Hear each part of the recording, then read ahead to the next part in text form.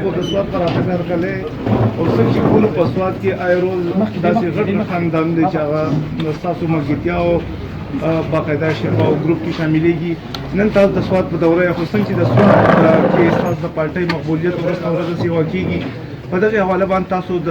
ملکن ریجن په حواله باندې اکټیویټي بسم الله الرحمن الرحیم دا خبره صحیح ده چې سواد کې رس رضا د خلکو توجه چې ده هغه قومي وطن پارټۍ طرف ته راګرځېږي لګیا ده او د دې بنیادي وجه دا ده چې یو خو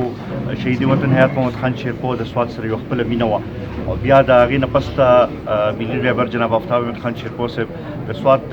خلکو ډېر خدمت کړی دی او اوس خلکو ته هغې احساس کېږي لګیا دی او زمونږ هم توجه چې دغه ملکن ډیویژن باندې دا او مونږ دا ګڼو چې ملکن ډیویژن چې دی هغه د قومي وطن پارټۍ یو مضبوط ګډ جوړېدی شي او دغې لپاره زمونږ خصوصي توجه ده او کوشش په دا کوو چې سواد کې هر کلي ته هر کوڅې ته ځان ورسو دغه شانتي شانګلې کې په دیر کې پوره ملکن ډیویژن کې چې مونږ هر ځای ته ځان ورسو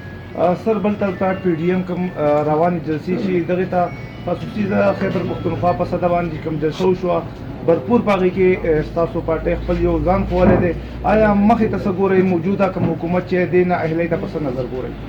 ګورئ یو خو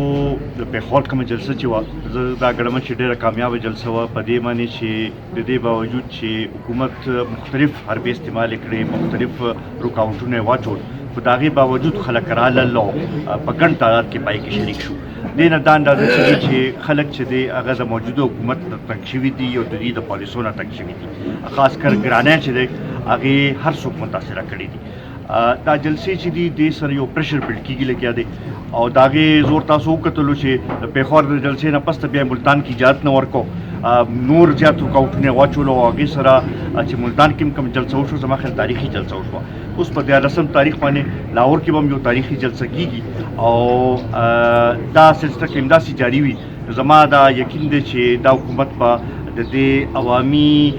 زور مخامخ ودرېدی به نشي او ډېر ژر به چې دلته کې به نوې انتخابات پکېږي به شفاف انتخابات پکېږي به او د عوامو اصلي حکومت چې دی هغه به